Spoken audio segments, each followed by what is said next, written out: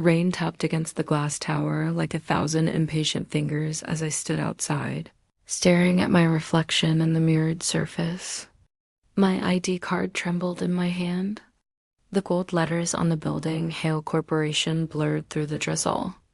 I took a deep breath and stepped inside, pretending the air wasn't so heavy, pretending my heart wasn't pounding the way it did whenever I thought of her. Victoria Hale, 32, brilliant, elegant, untouchable. The kind of woman who didn't walk, she glided. Every step of hers echoed authority, wrapped in soft perfume and quiet confidence. And me? I was just another employee, a junior analyst whose biggest sin was believing that my hard work and maybe my secret admiration meant something to her. The elevator ride felt endless. People whispered as I entered the boardroom. My name had been on the agenda, but no one told me why. The rain outside grew louder, as if even the sky wanted to hear what was about to happen. Victoria sat at the head of the table, posture perfect, expression unreadable. Her navy suit was immaculate, not a hair out of place. When her eyes lifted to meet mine, a chill ran through me. "Amelia," she began, voice smooth as glass, but sharp enough to cut through bone. "You've been with this company for 3 years. You were one of our most promising employees. That's why this disappoints me." The murmurs began immediately. I blinked, confused. "Disappoints you? I don't understand." Victoria placed a printed report on the table. The company's confidential projections, ones only a handful of people had access to. These documents were leaked to our competitor. Traced back to your account. My breath caught in my throat. "That's impossible." I never stop. Her tone froze me mid-sentence. "The evidence is clear." I could feel eyes on me from every corner of the room. The sound of my heartbeat was deafening. My mouth went dry. "Please, Victoria Miss Hale, there must be a mistake. You know me." I would never. Her eyes flickered, just for a second, as if she wanted to look away but couldn't. "Security will escort you out." And that was it. No hearing, no explanation, no chance to defend myself. Just silence and the humiliation of standing there while the people I worked beside every day avoided my gaze. I searched her face, desperate for something: mercy, regret, anything. But all I saw was that same perfect calm, hiding something deep and broken beneath it. When the guards approached, I tried to speak one last time. "Victoria, please. Look at me. You know this isn't me." For the first time, she hesitated. Our eyes met, and in that single, aching moment, I saw something flicker behind her mask. Not anger, not hatred, pain, maybe even guilt. But before I could reach for it, she turned away. The metallic click of my ID card being taken from me echoed louder than any words. I walked out, past the whispers, past the judgment, past the walls that had once held my dreams. My reflection followed me in every window, small, broken, disposable. When the lobby doors slid open, the rain hit me full force. Cold, relentless. I didn't have an umbrella, and maybe that was fitting. The world didn't stop to pity me, it just kept falling.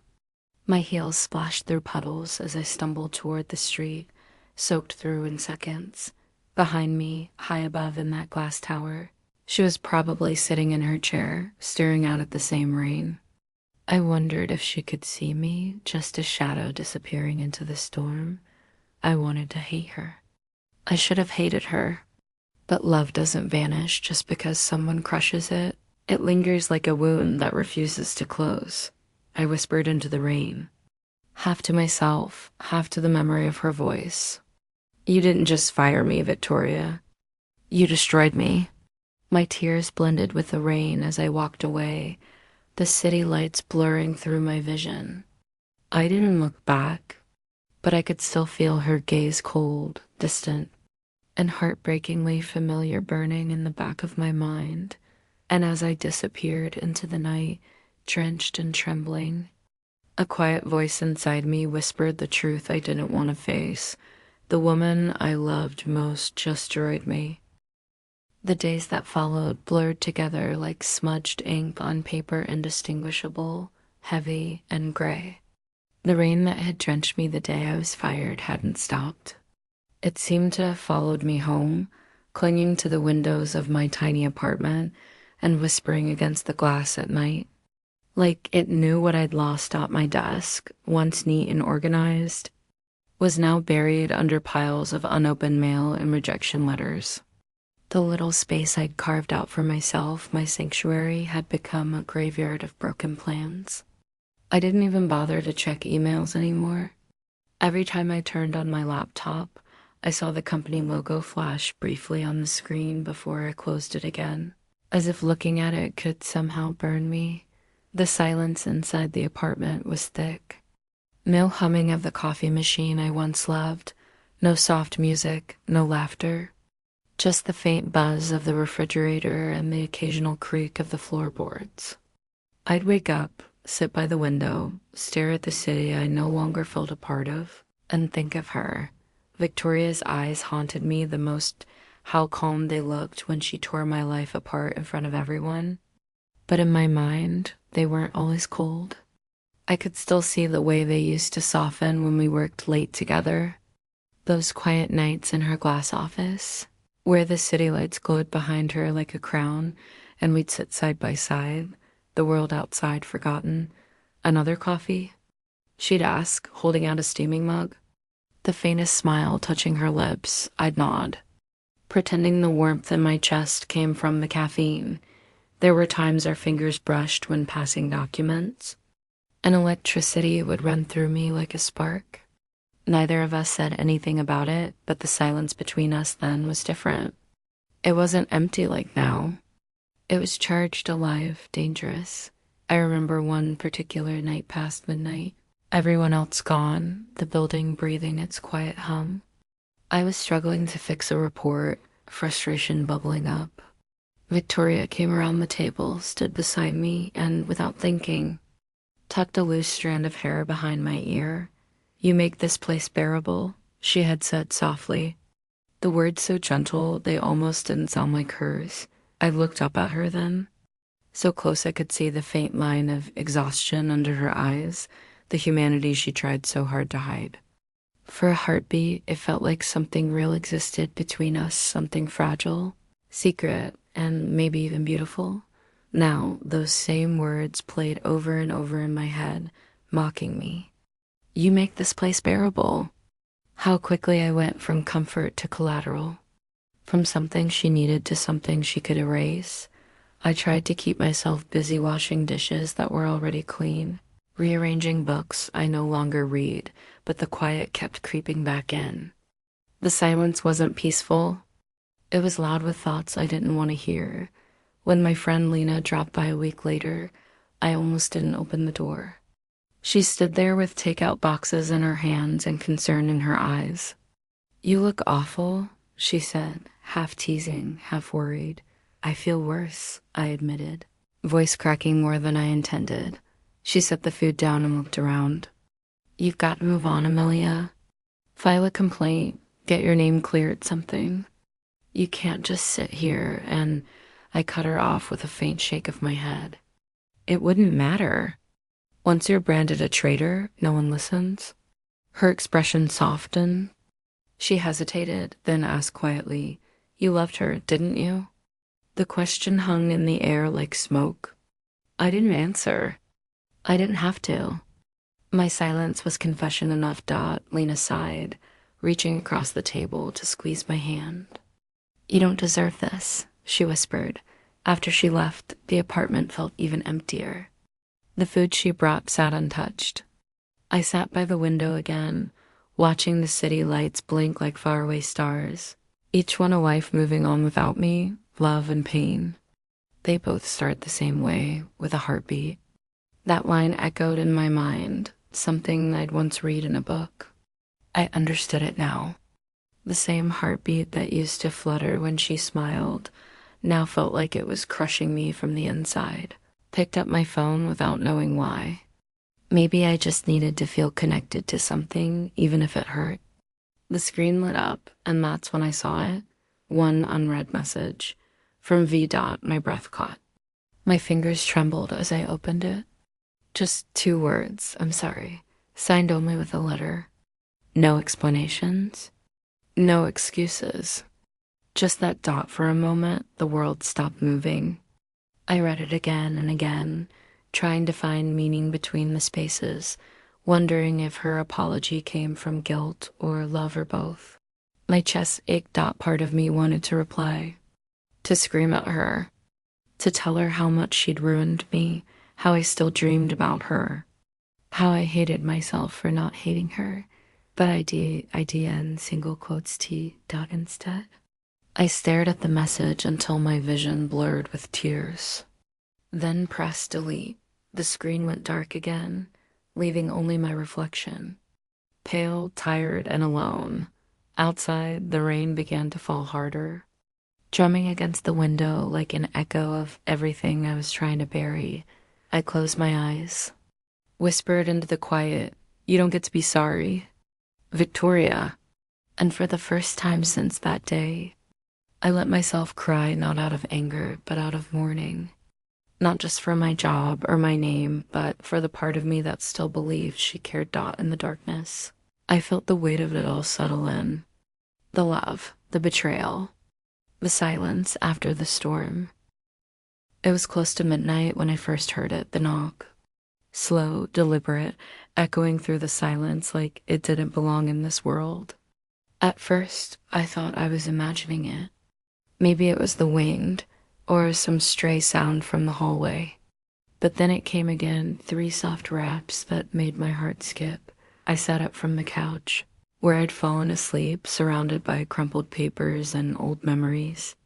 My apartment was dim, lit only by the faint orange glow of the street lamp outside. I hesitated, pulse rising. No one ever came here this late. Another knock. Louder this time. I walked to the door, every step cautious, the floorboards creaking beneath me.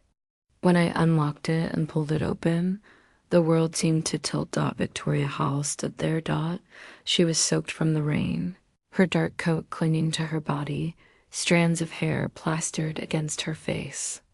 Her usually immaculate appearance was gone, no perfect makeup, no sharp composure.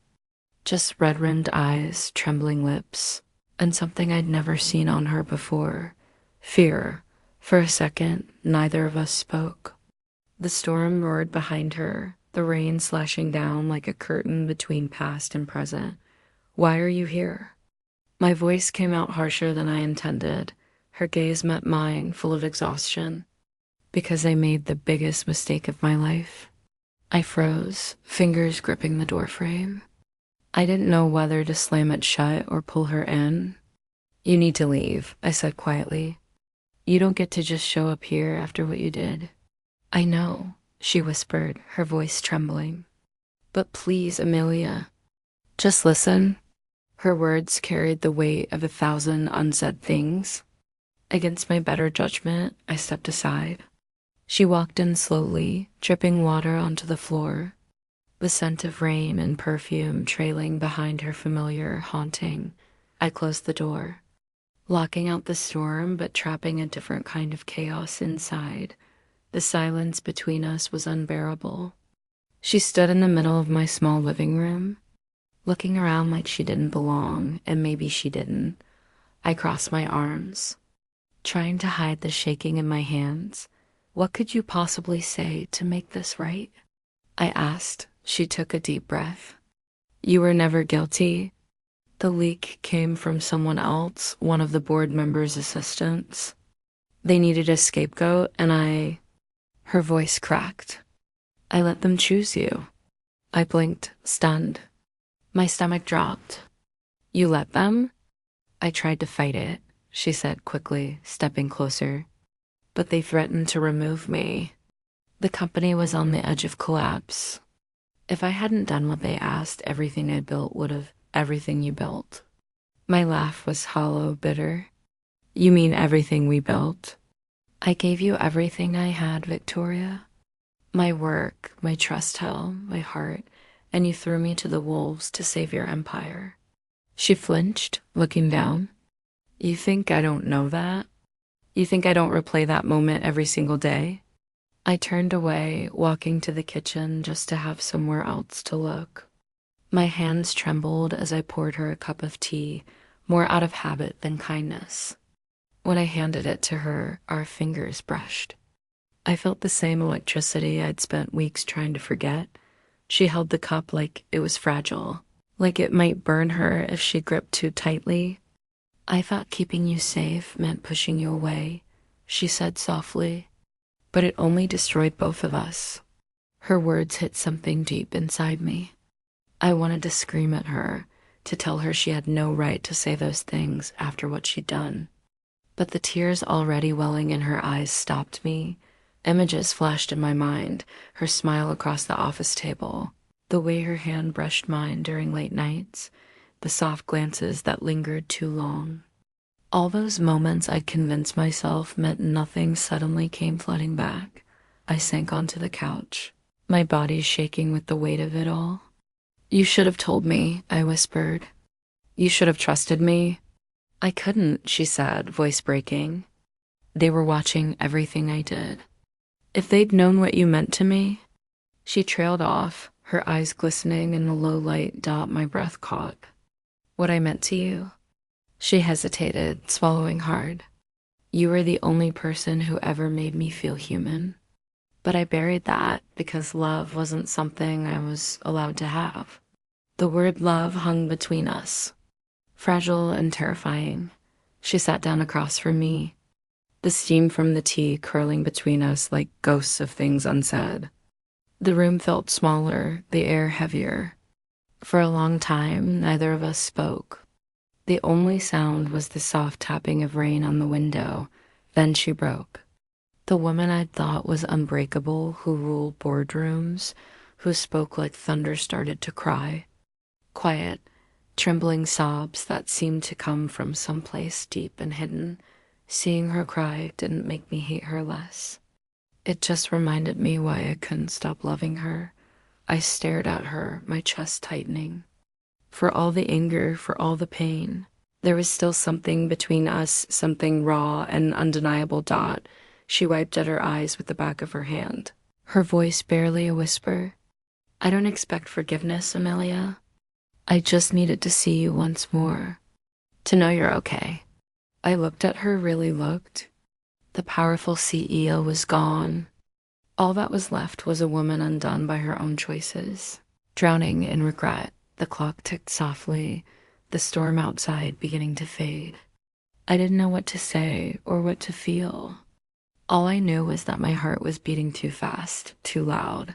Then she looked up, eyes shining with tears. Can I stay? Her voice faltered. Just tonight? The question lingered in the air like a confession, like a plea. I didn't answer right away. The part of me that still loved her wanted to say yes. The part that still hurt wanted to scream no. Outside, thunder rumbled one last time. I looked at her tired, broken human and finally whispered, just tonight.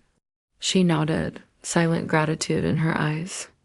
I turned off the light, leaving only the faint glow from the window dot as I lay awake later, listening to the rain easing into a gentle rhythm. I could hear her quiet breathing from the other side of the room. The storm had passed, but something far more dangerous had begun to stir inside me again.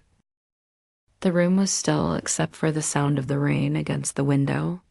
The lights were low, the air heavy with everything neither of them could yet say. Victoria sat at one end of the couch, her posture rigid, hands clasped together as if she were still in a boardroom. Amelia sat at the other, her knees drawn close, wrapped in a blanket that smelled faintly of lavender and loneliness. They didn't look at each other at first. The silence between them stretched, long and suffocating, filled with ghosts of laughter that used to live here only in memory. Amelia finally spoke, her voice soft and cracked. I don't even know what to ask first. Victoria exhaled, her gaze fixed on the floor. I know. and I don't know what answer would make any of it right. The clock ticked. Somewhere down the street, a car passed through a puddle, its tires hissing through the water. Amelia looked at her, really looked. The woman who had stood before hundreds, unshaken, now looked small, undone. The collar of her blouse was wrinkled, her eyes swollen from crying. For a long time, Amelia had imagined this woman as made of glass and fire. Tonight, she looked human, breakable. A memory flickered. A late night in the office, papers spread everywhere, coffee gone cold. Victoria had leaned against Amelia's desk, smiling faintly. "You make this place bearable," she had whispered, brushing a strand of hair from Amelia's cheek. Back then, Amelia had laughed it off. But her heart had known it wasn't a joke. Now, Amelia whispered, "I keep replaying it, the way you looked at me that day. You were cold, distant, but I also saw something that didn't fit." Victoria's throat tightened, because it wasn't supposed to happen like that. Amelia frowned. "Then why did it?" Victoria looked up at her, eyes shining. "Because I was terrified. Terrified of losing everything I built. My position, my reputation, myself." Amelia's voice trembled, soft but sharp. "So you risked me instead?" The words hung in the air like a blade. Victoria flinched, then nodded slowly. "Yes." Tears slipped down her face, quiet and unrestrained. "I thought I could bury what I felt. I thought if I pushed you away, I could keep control. But when I saw your face that day, when I had to fire you, I knew I'd destroyed the only part of myself that was still real." Amelia blinked fast, her chest tightening. She wanted to stay angry, to hold on to the only thing that had protected her since that day. But anger felt too heavy now. It began to melt, leaving only ache. "Do you have any idea what that did to me?" she whispered. "You humiliated me in front of everyone. You made me doubt my worth, my work, myself." Victoria nodded, her voice barely a breath. "I know, and I've hated myself for it every day since." For a long moment, they just sat there, two broken halves of a story that used to make sense. "I thought you didn't care," Amelia said, her voice almost childlike. "I cared too much," Victoria replied. That was the problem. A flash of the past shimmered between them, coffee cups, late nights, stolen glances that had meant nothing to others, but everything to them. Every memory now felt like a confession in disguise. Victoria leaned forward, elbows on her knees, her voice trembling. "Everyone around me wants something. Favors, deals, power. But you just saw me. Not the CEO, not the woman on magazine covers. Just me." Amelia's eyes softened. "And you still pushed me away." Victoria's lips quivered. "Because if I hadn't, I would have fallen completely." A silence followed, one that didn't hurt this time. It just was. Amelia reached for the cup of tea on the table, her hands shaking slightly as she handed it to Victoria. Their fingers brushed. The contact was electric, but not in the way it once was.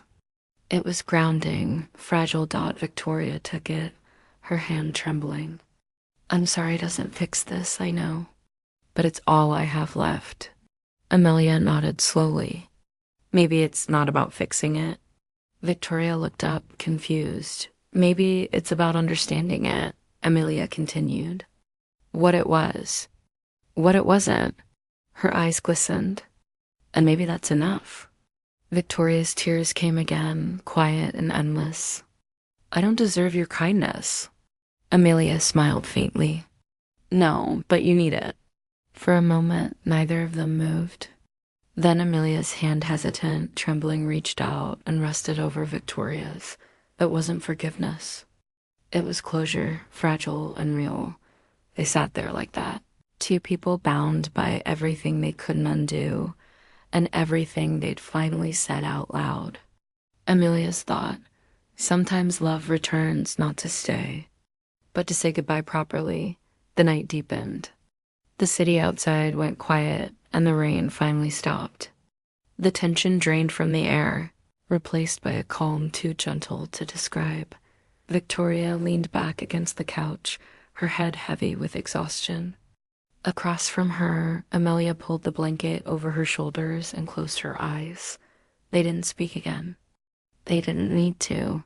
When sleep came, it took them both, each on opposite sides of the couch, separated by space but joined by the same silence that had once broken them apart. For the first time in months, both breathed without anger, without expectation, just the quiet truth of what once was, and what could never be again.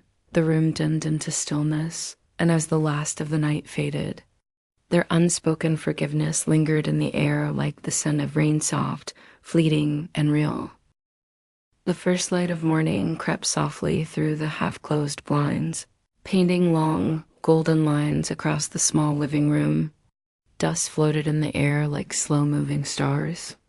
Victoria stirred on the couch, her neck stiff, her eyes swollen from the night before. The silence felt different now, not heavy, not full of tension, but still and hollow. Like a house after a storm, she sat up slowly, rubbing her temples. The blanket that had covered her had slipped to the floor. The other side of the couch was empty, her breath caught. "Amelia?" She called, her voice dry, uncertain. No answer.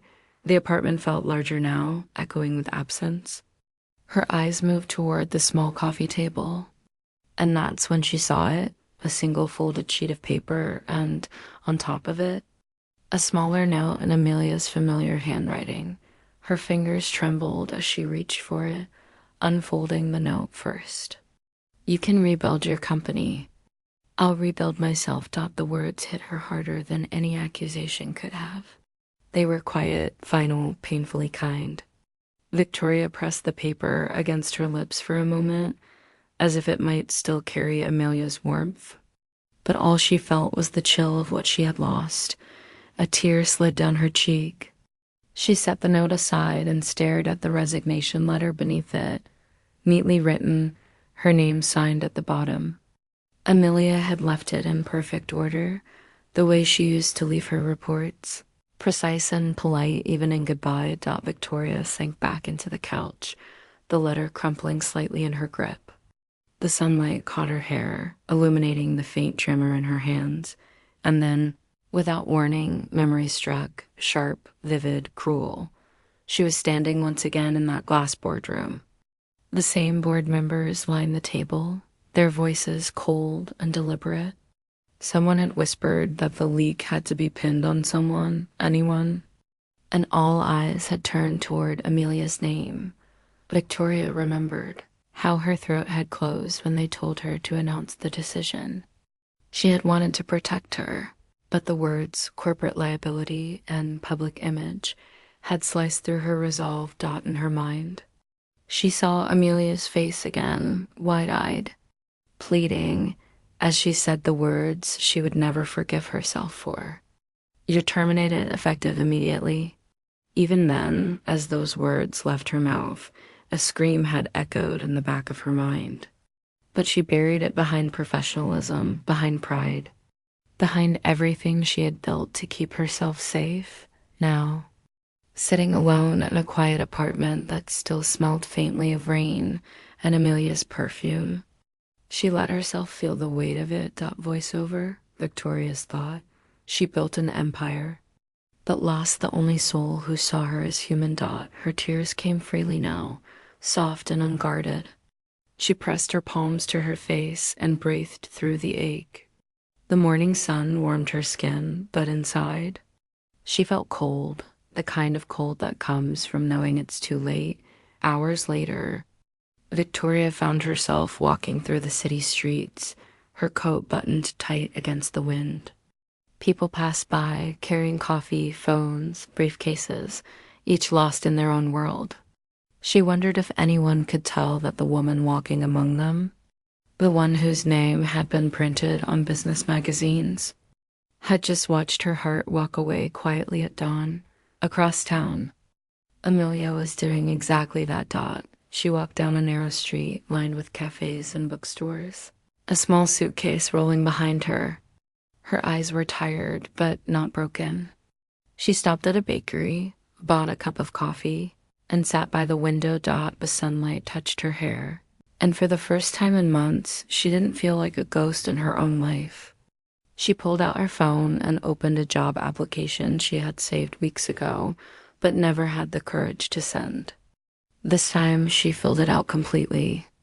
When she hit submit, her hand shook, but there was a small smile on her face. Voiceover Amelia's thought, starting over isn't forgetting. It's remembering differently, without pain. Later that afternoon, she took a walk through a nearby park. Children laughed, birds scattered from puddles, and the world felt almost kind again. She watched a group of women sit under a tree, sharing stories and coffee, and realized that maybe the world was wider than the space. She had been trying to fit into her phone buzzed once, a message from an unknown number. She didn't open it.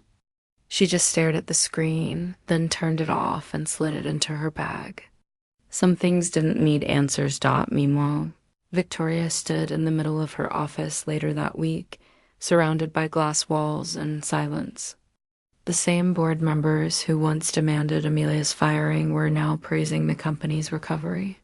But Victoria's attention drifted past them, to the empty desk in the corner where Amelia once worked. She turned to her assistant.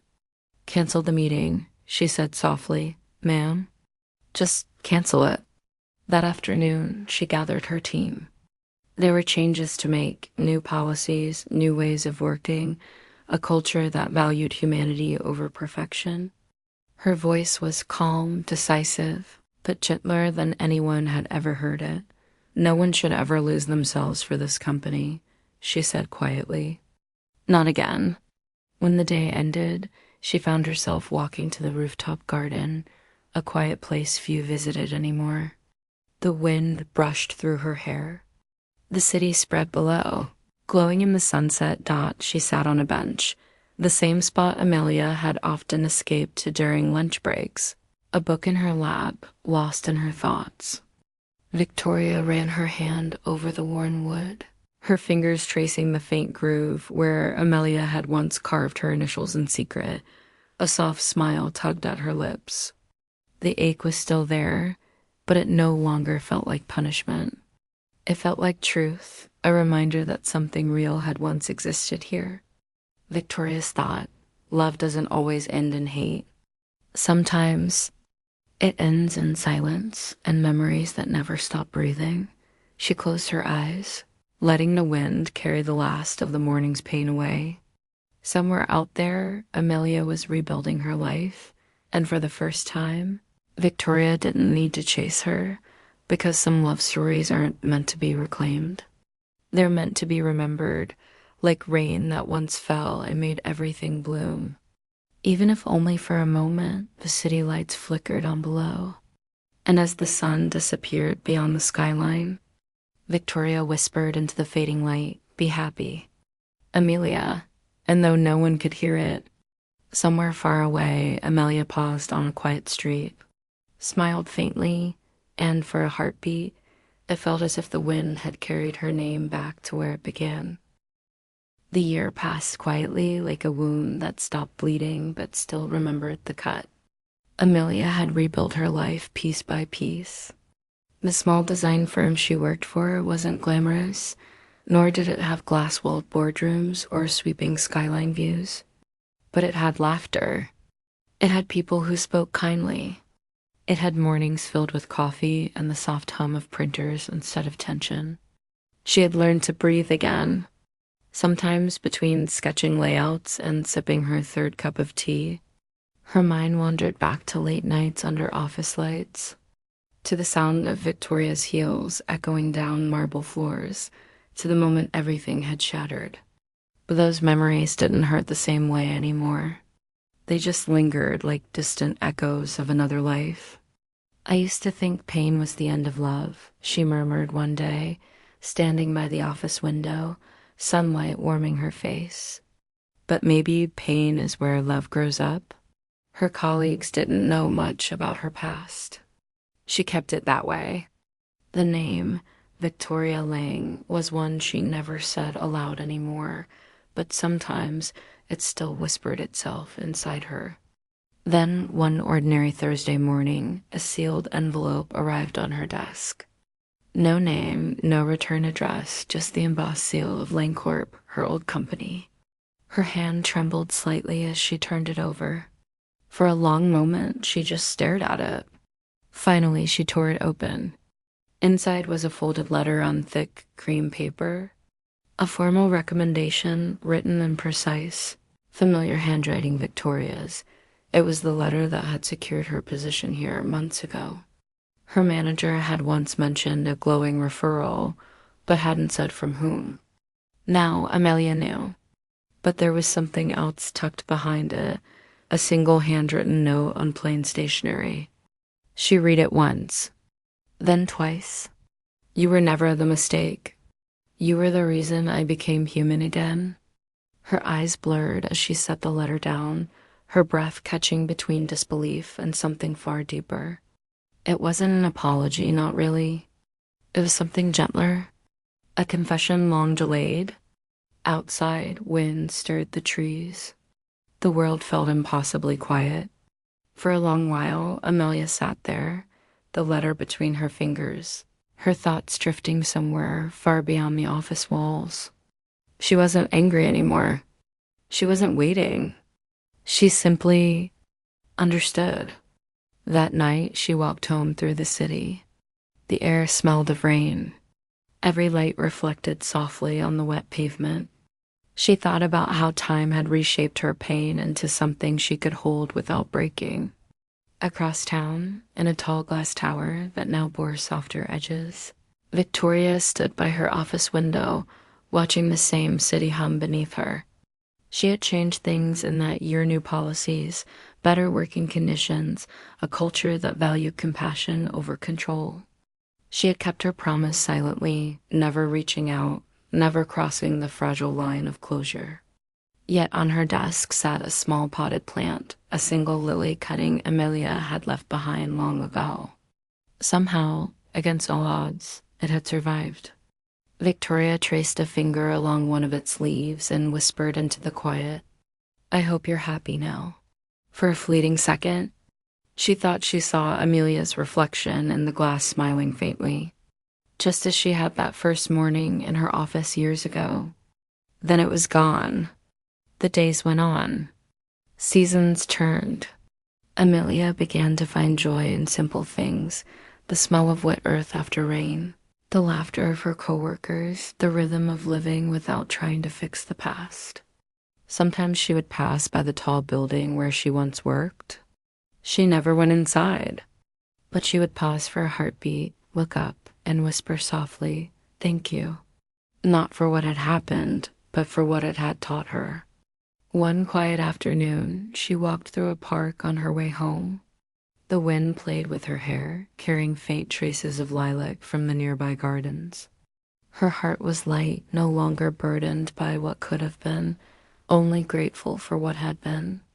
As she reached the edge of the park, she looked up at the wide, pale sky. Her voice was soft but sure. "She fired me once," she said with a wistful smile. "But maybe she also set me free." The camera of memory lingered on her face, the breeze, the sunlight that seemed to bless her peace. Somewhere in another part of the city, a woman stood by her office window, watching the same sky, her heart echoing the same quiet truth. The screen faded slowly to white, and with the gentle swell of piano music beneath her final words, the story of Amelia and Victoria ended not in reunion, not in regret, but in something far more lasting, understanding, freedom, and love reborn through loss. Where are Forum watching? Please give your feedback about story.